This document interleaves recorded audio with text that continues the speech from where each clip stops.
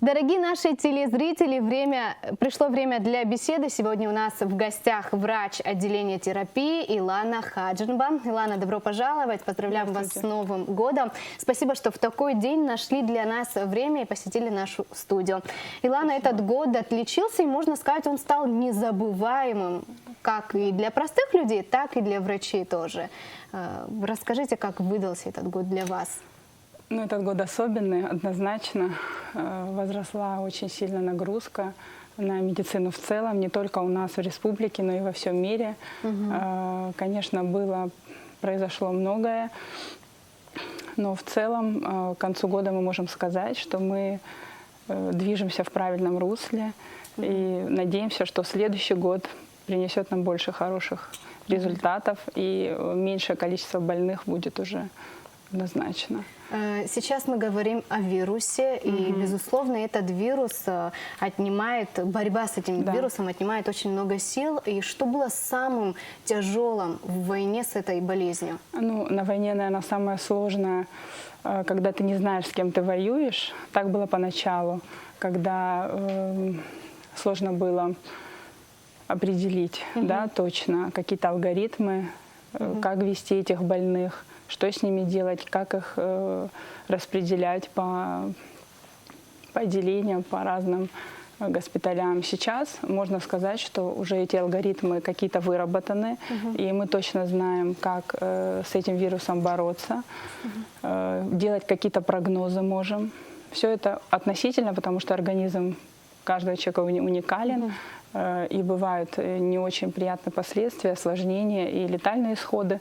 Но в целом, чтобы так немножко людей приободрить, все равно большинство переносит хорошо и в легкой и средней форме. Вообще Деду Морозу известно, как вели себя пациенты, потому что он, наверное, за каждым из них наблюдал. Все-таки скажите свое мнение, как они себя вели? Пациенты, которые лежали. Пациенты — это простые люди, поэтому у каждого свой характер, и в период болезни каждый проявляет себя по-разному. То есть пациенты, которые очень послушны и выполняют все предписания, рекомендации, но также есть и другая категория. Конечно, есть определенная закономерность, точно. Я думаю, все со мной медики согласятся, что тот, кто слушается, послушный пациент, быстрее уходит домой или уже вообще не попадает в больницу. Вот. Илона, это правда или не так? Говорят вот в народе, что среди больных ковидом мало, говорят, люди курящих и употребляющих спиртные напитки. Ну, я думаю, что это больше как теория. На практике сложно, потому что мы точно не можем знать, пьет человек или не пьет дома, да? Поэтому это все, статистика это не отражает. Стоит уточнить, что вы работали в Гудаутской больнице. Не боялись ли вы сами заразиться и заразить близких? Ну, разумный человек должен бояться, я считаю. И бояться можно не столько, наверное, за себя мы боялись, сколько за то, что мы можем стать источником для своего окружения, для родных и близких. В принципе, то, что со мной и произошло, я переболела, и от меня заразились мои родные. То есть я принесла инфекцию с работы, хотя мы стараемся соблюдать все меры, но тем не менее это произошло. И они переболели в тяжелой форме. Слава богу, сейчас все разрешилось и все хорошо. Но вот этот страх и двойная ответственность за то, что ты за них в ответе, плюс ты как бы являешься, да, как-то себя вот за это, может даже сказать, что винишь, вот этот момент такой вот страшный. А в целом бояться не нужно, все это лечится своевременно, если ты обратился и слушаешься врачей. Да, безусловно, правильно, Илана. Вирус не обошел и мою семью стороной. Заразилась моя мама, которая лежала в Гудоутской больнице. И я в лице вас хочу поблагодарить всех врачей, которые там работают, которые не покладают рук. Да? Несмотря на то, что у них дома семья, дети, они остаются в Гудоутской больнице и стараются помочь больным людям, которые там лежат. Поэтому низкий вам поклон. Вы действительно герой нашего времени. Спасибо за тот труд, который вы проявляете, за ответственность в вашей работе. Но все же, почему статистика так растет? Потому что люди не соблюдают меры предосторожности, ограничительные меры. И почему это происходит, как вы думаете? Неужели доходит до такого, что наш народ не понимает, насколько это важно? Наш народ все-таки не понимает, я думаю. И мало осознанности. И сеют зерно сомнения те, кто переболел или легко, или вообще не заболел. То есть эти люди свое окружение, да, как-то настраивают, и получается, что те или безответственно подходят те, кто переболел, и считают, что они уже становятся примером для тех, кто еще не заболел, и посещают увеселительные мероприятия. Ну, я сейчас не буду повторяться, я думаю, все об этом говорят неоднократно, да, что наши люди абсолютно не соблюдают карантинные меры. И, наверное, все-таки это и способствует тому, что мы не можем притормозить распространение. Это неизбежно, то есть заболевания неизбежно должны заболеть все, об этом все говорят, но страшно, когда это массово происходит. Вот тем более, вот какие ваши рекомендации в эти вот тут праздничные, предпраздничные дни, люди как должны себя вести за столом, в гостях?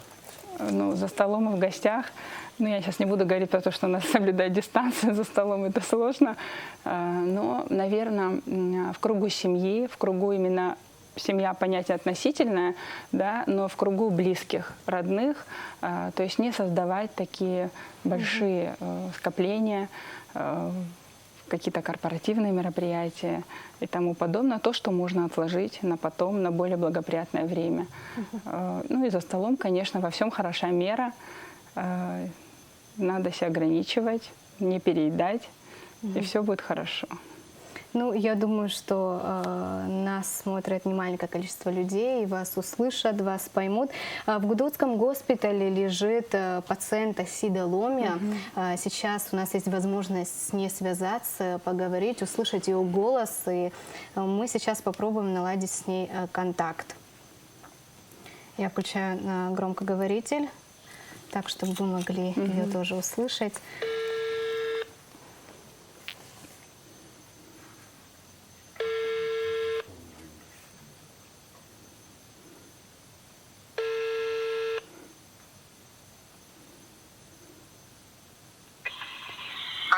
Сидам Шибзеква.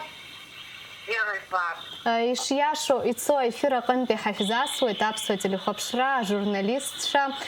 Сида, поздравляем вас с Новым годом. Расскажите, как вы себя чувствуете? Ты знаешь, что спасибо вам всем, что Ира Азарова тоже мне звонила. Я хочу поблагодарить. Вот здесь я нахожусь в Гудоутской больнице уже 7 дней. И хочу их поздравить. Весь персонал, начиная от главврача, заканчивая санитарочкой. И вообще всеми другими людьми, которые здесь работают и которые делают такое дело, что я вам даже передать не могу. Просто единственное, что Абагзира, Шазиги, Ирита, Дарги, Шарги, Хазиги. Я вчера была в таком состоянии, когда Хаса Кабас не смог вам перенести это пожилой. Но я хочу сказать, что я такого душевного, такого человеческого отношения врачей, их медсестер, которые так хотели помочь, спасти всех людей, они здесь все делают, понимаете, девочки, вы все это, пожалуйста, передайте в эфир. Я хотела бы, чтобы вы знали, что это на самом деле, вот, да, я попала, конечно, я узнала даже, можно сказать, что такое первый круг ада. Но дело в том, что я узнала еще, что есть, оказывается, необыкновенные люди у нас здесь, в Абхазии, наши врачи, и Мадина Гасаня, и Ангелина, и мальчик этот Ганба, они все, я вам говорю, я сейчас записываю их фамилии поименно, и хочу сказать вам, что мы имеем очень хороших людей в медицине. Главное, чтобы у них были ресурсы, главное, чтобы у них была самая хорошая зарплата. Потому что эти люди сегодня спасают независимо от нации, независимо от происхождения. Понимаете, никто ни копейки у вас здесь не скажет, не потребует и, не дай бог, не возьмет. Но они все делают на высочайшем уровне. Дай бог им всем крепкого здоровья. Я их поздравляю, я выжила. Я, в принципе, умирать не собиралась, но получилось так, что немножко пропустила какой-то период. Вот. Но я хочу сказать, что я просто вот весь бой рызыки, всех абсолютно. Вы понимаете, это очень много значит, когда врач или же медсестра, или любой который человек, который к тебе в тот момент, когда тебе плохо, он к тебе так относится, что ты, даже если и что, и не умрешь, как говорится. Понимаете это? Вот и все. Дай Бог им всем здоровья крепкого. Я хотела бы еще сказать еще один момент. Я не знаю, можно это говорить или нет, но у них прекрасно здесь работает кухня. Они не разрешают так особо носить там красная зона все-таки и так далее, да? Абсолютно, если вы видели, как чисто, как вкусно, как они делают блендером. То есть это все для людей, понимаете? Эти люди делают для нас, а мы, к сожалению, им, кроме спасибо, ничего сказать не можем. Но ансайнеса, ручкуются, рыслапся, рызыги, волозов, шеша, тубривша. Асида, Я не разделяю. Здесь, между прочим, я говорила Гудаута. Гудаута — это мой самый любимый город с детства.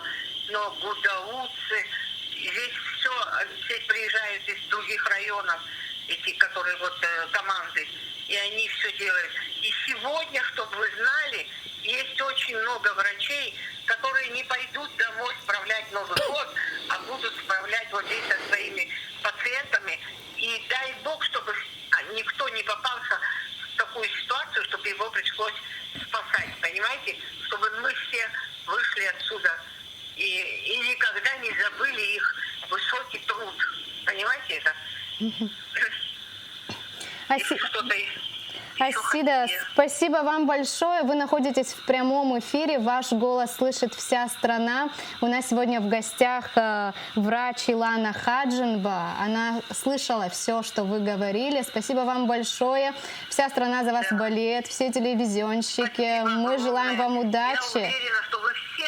Я уверена, что все... Я просто, знаете что? Я всегда знала, что профессия врача самая важная, самая благородная. Но когда я увидела, как наши врачи себя ведут, я просто считаю, что это люди, которые должны войти, их имена надо вписывать в историю Абхазии, которая оказалась сегодня в таком страшном положении. Понимаете это? Дай Бог, чтобы никто сегодня не умер. И вот что произошло, пусть останется в этом году, а в 2021 году Абсентова и Холозер у Бризиги инса добра. Очима заробрет, шкы халалас. Хучик нас гифшисел апсуа. Я гипсуа, гияпсуа. Дай Бог, чтобы вы все, чтобы мы никогда не встречались больше с такой болезнью, но если можно, посидите дома, люди, прошу вас. Не надо эти корпоративы, все это. Придет время, и вы сможете все потом увидеться и посидеть вместе, понимаете? Поберегите себя. Я вчера, когда прочитала, 150 человек заболело, мне стало опять плохо, понимаете это? Это очень важно. Себя сберечь. Надо как-то нацию нашу сберечь и постараться прожить дальше. Асида, спасибо вам большое. Мы с вами прощаемся. Чаныбзела шлияет. Врачей. Я в принципе, вы не забудьте, скажите, все врачи, которые в других больницах тоже, которые сегодня стоят над людьми, и они домой не идут, они делают свое самое такое верное дело. Дай Бог им всем ансар, хамов. Я знаете, что поняла? Что Бог, я даже знала, что он есть, но я не знала, что он такой, что в этих людях, вот вы считайте, как в каждом из них живет Бог настоящий. Понимаете? Действительно, так и есть. Спасибо вам. Асида, вам Каждому спасибо. телевидению поздравляю вас с Новым годом. Ансабилира Сухайта, Шизики Шара, Аджаба, Душумок, Шарьеха. И нарежу Апсо Телехопшахара, Ансаб Хайта, туда Анта его. Шаргизики Шова, Хапкизики, и все слышала, я Хланзов, Абшаха Хава. Аншихайт Асида, Чан взяла шнияйта, Абзерас, Абзеран шахитайт. Моя золотая. Абзерас. Столько похвалы, я думаю, вы слышите от каждого пациента, который находится в Гудоводской Да, очень много больнице. благодарных. И все же Новый год, этот праздник нас сегодня здесь собрал. Расскажите, немного отойдем от этой темы, расскажите, как вы будете и где праздновать этот Новый год. Купили ли вы уже подарки своим близким, себе, любимой? Конечно же, дома, в кругу родных, в кругу семьи, детей. Если там говорить про салаты, они еще не нарезаны, но елку купили практически впритык. Я думаю, это не только я, но и все медработники очень плохо подготовились к Новому году в этом году. Но я думаю, еще впереди много времени. И в любом случае надо встречать в позитивном ключе и надеяться на лучшее. Этот год был сложным, непростым, но по-своему особенным. Поэтому пусть следующий нам дает больше возможностей, чтобы мы извлекли опыт из предыдущего года и чтобы все люди на всей планете были здоровы. Илана, я вас еще раз поздравляю с Новым годом. Мы с Дедом Морозом с вами прощаемся. Спасибо большое, что что нашли пригласили. время. Да. И пусть следующий год будет для всех нас хорошим. Да. Абзера Чан, Абзера того.